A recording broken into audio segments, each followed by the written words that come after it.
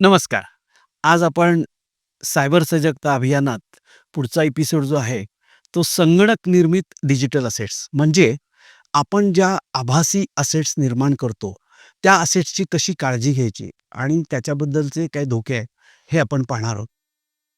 त्याच्या संबंधात घडलेल्या 2 घटना पाहूयात, म्हणजे त्याचं महत्त्व आपल्या लक्षात येईल. नुकत्याच एका परिचित व्यक्ती ज्या 62 वर्षाच्या होत्या, त्यांना अचानकपणे हार्ट अटॅक आला आणि त्यांचं निधन झालं आणि ते गेल्यानंतर त्यांच्या पत्नीची खूप धावपळ झाली. कारण ते शेअर ट्रेडिंग करायचे, त्यांचे डीमॅट अकाउंट होते, त्यांचे नेट बँकिंग अकाउंट होते, त्यांचा WhatsApp अकाउंट होता, ईमेल अकाउंट होता आणि या सगळ्याचा काहीच पत्ता पत्नीला नसल्यामुळे ते सगळं रिकव्हर करताना तिला प्रचंड त्रास झाला आणि त्यातल्या काही कित्येक गोष्टी तिला अजूनही कळल्याच नाहीयेत. तर त्या त्या ह्या अशी जर घटना घडली, तर काय? तर याच्या संबंधातल्या काही काळज्या आपण पाहणार आहोत. त्याच्याच बरोबर दुसरा एक प्रसंग असा घडला, की तो जास्त धोकादायक आहे, की एक तरुण संगणक अभियंता मोटरसायकलवर जाताना त्याच्या मोटरसायकलला ॲक्सिडेंट झाला आणि त्याचा लॅपटॉपची हार्ड डिस्क क्रॅश झाली. तो पडल्यानंतर तिथला मोबाईल कोणीतरी चोरला आणि त्याच्यानंतर त्याच्या त्या संगणकात त्याचे सगळे पासवर्ड होते, बँक अकाउंट खाती होती आणि तो संगणक अभियंता असल्यामुळे फिजिकल कागदावर त्याचा अजिबात विश्वास नसल्यामुळं सगळं त्याचं त्या कॉम्प्युटरमध्येच होतं आणि त्याच्यानंतर त्या ज्या सगळ्या गोष्टी आहेत, त्या मिळवायला आणि त्यातल्या कित्येक गोष्टी मिळाल्याच नाहीत, अशी परिस्थिती झाली. तर याचं महत्त्व काय? तर असं लक्षात ठेवा, की या सगळ्या ज्या गोष्टी ज्या आहेत, या गोष्टी याला डिजिटल असेट्स म्हणतात. म्हणजेच काय? माहिती, महत्त्वाची खाती, जे फिजिकल फॉर्मॅटमध्ये नाही किंवा फिजिकली नाही किंवा इंटरनेट माध्यमाच्या द्वारे ते आपण ऑपरेट करत असतो. ऑपरेट करत असतो म्हणजे काय? की त्या वेबसाईटला जातो, आपण शेअर्सचं ट्रेडिंग करत असतो, आपण डीमॅट अकाउंटला ॲक्सेस करत असतो. नंतर आपण डीमॅटच्या आपल्या ब्रोकरला स्लिपा दिल्यानंतर त्याच्यात काही व्यवहार होत असतात. ते सगळे ऑनलाईन होत असतात. आपण जर पेन्शन घेत असाल, तर पेन्शनचे सध्याचे व्यवहार जे सगळे आहेत, तुमचं लाईफ सर्टिफिकेट आहे, ते ऑटोमॅटिकली पैसे बँकेत येणं आहे. ते सगळं ऑटोमॅटिकली इंटरनेटच्याद्वारे होतं. आपल्या ज्या महत्त्वाच्या साइट्स असतात, उदाहरणार्थ आपण Uber साइटला जातो, आपण Amazonवर काहीतरी खरेदी करत असतो. आपण रेफ्रिजरेटर घेतला, त्याचा मेंटेनन्सचं कॉन्ट्रॅक्ट असतं किंवा आपण जर व्यवसाय करत असाल, तर बऱ्याच गोष्टी, बरेच आपले जे कस्टमर्स आहेत, ते सगळे ऑनलाईन आपल्याशी निगडीत असतात. तर या सगळ्या ज्या गोष्टी आहेत, त्या इंटरनेटद्वारे, इंटरनेटवर, ईमेलवर, संगणकावर किंवा क्लाउडवर किंवा Googleवर अशा सगळ्या स्टोअर केलेल्या आहेत.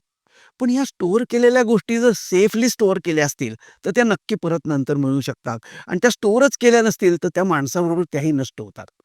त्याच्याच बरोबर आपलं आधार कार्ड आहे, पॅन कार्ड आहे, ड्रायव्हिंग लायसन्स आहे, हे सुद्धा आता डिजिलॉकरसारख्या ठिकाणी आपण ठेवलेले असतात. आपल्या कॉम्प्युटरमध्ये आपण सेफ त्याच्या PDF फाईल केलेल्या असतात आणि हे सगळं सुद्धा संगणकाने, इंटरनेटद्वारे, मोबाईल फोनद्वारे आपल्याला व्यवहार करायला उपलब्ध होत असतात. तर आता आपण अशी एक काळजी घ्यायला पाहिजे, की जी माहिती जे आपण बोलतो, इंटरनेटवर टाकतो, गाणं आहे, गोष्टी आहेत, ह्या सगळ्या समाजाला लगेच मिळतात. त्याचे काही कॉपीराइट्स निर्माण होत नाहीत.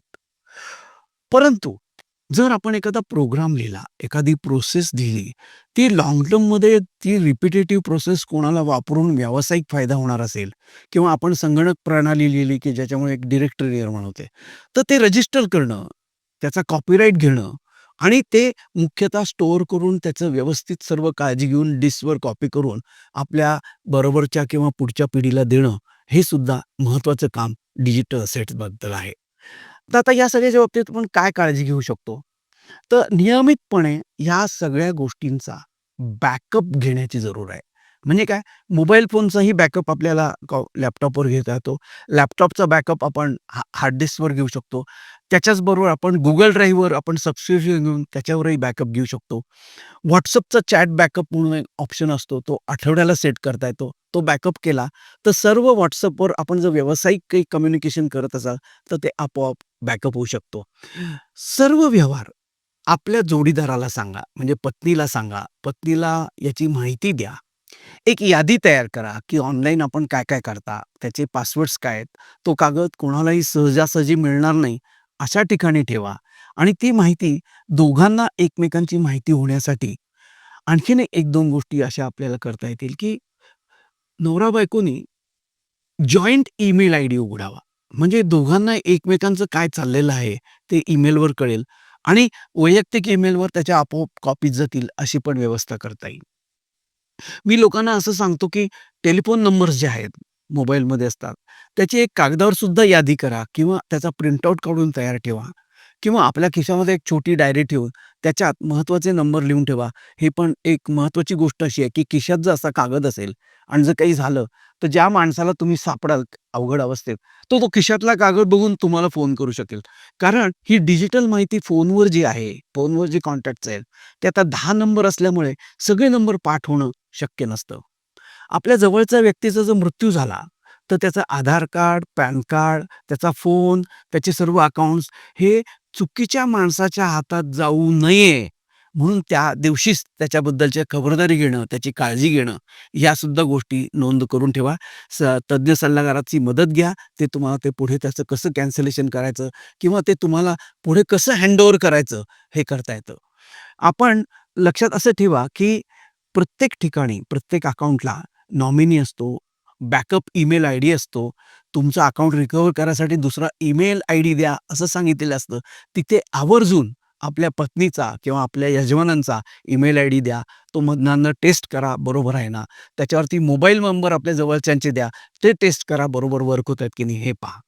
आपण हे सगळं जे काही ऑनलाईन करत असतो, तर मी असं सर्व लोकांना सूचना करीन, की वर्षातनं एकदा आपला डीमॅट अकाउंट आहे, आपलं बँक अकाउंट आहे, आपलं कुठे इन्व्हेस्टमेंट्स आहेत, एन-पी-एस आहे, तर त्याचा एक प्रिंट काढा. ते ऑनलाईन खात्याशी तपासा आणि ते प्रिंट फाईलमध्ये ठेवून द्या. जेणेकरून जर काही आकस्मिक जरूर पडली, तर त्या प्रिंटवर असलेल्या रेफरन्सच्या द्वारे आपल्याला त्या कंपनीला अर्ज करता येईल. कंपनीचे शेअर्स असतील, कंपनीचं अकाउंट असेल, बँकेचं अकाउंट असेल, पी-पी-एफ अकाउंट असेल, पोस्टाचे अकाउंट असेल, त्या सगळ्याची माहिती एक तपशीलवार लिहून ठेवली, तर त्याचा उपयोग पडेल. आपण जर एखादी काही निर्मिती केली, छानशी धून तयार केली, कविता तयार केली, पुस्तक लिहिलं किंवा फिल्म तयार केली किंवा एखादं रसायनशास्त्रातलं काही रेसिपी तयार केली, तर त्याचा जरूर कॉपीराईट घ्या, जरूर ट्रेडमार्क घ्या. कारण त्याचा वापर लोकांना तुम्ही कसा करून द्यायचा, फुकट द्यायचा का पैशाने द्यायचा, हे नंतर ठरवता येईल. पण आधी कॉपीराईट घ्यायचा नक्की विचार करा. तुम्ही असं लक्षात ठेवा, की WhatsApp account, Facebook account, Twitter account किंवा हे सोशल मीडिया अकाउंट याला रिकव्हरी ऑप्शन्स असतात. ईमेल जो अकाउंट तुम्ही वापरता, त्याला रिकव्हरी ऑप्शन्स असतात.